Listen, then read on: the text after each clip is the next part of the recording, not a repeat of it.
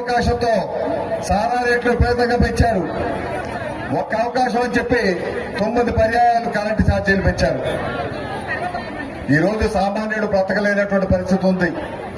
ముఖ్యంగా ఈ మహిళా సోదరిమణులు చూస్తే మీకైనా న్యాయం చేశాడంటే ఈ రాష్ట్రంలో ఈ 5 సంవత్సరాల్లో మహిళలు కానీ మైనర్ బాలికలు కానీ సుమారు 1000 మంది మహిళలు అత్యాచారాలకు గురి కాబట్టారు. ముఖ్యమంత్రి గారి నివాసం పక్కనే భక్తి ఎదుర్కొంటానే ఒక మహిళ మీకు అత్యాచారానికి గురి కాబట్టదు. చిన్నపిల్లలైతే సుమారు 1800 మంది చిన్నపిల్లలు అత్యాచారాలకు గురి కాబట్టారు. ఇది న్యాయమా చెప్పండి అమ్మా. వీళ్ళ మీద చర్యలు ఏమైనా తీసుకుందా ఈ ప్రభుత్వం? అదొకటే కాదు, ఈ రాష్ట్రంలో మహిళలు దేశం మొత్తం మీద చూస్తే ఈ 5 సంవత్సరాలు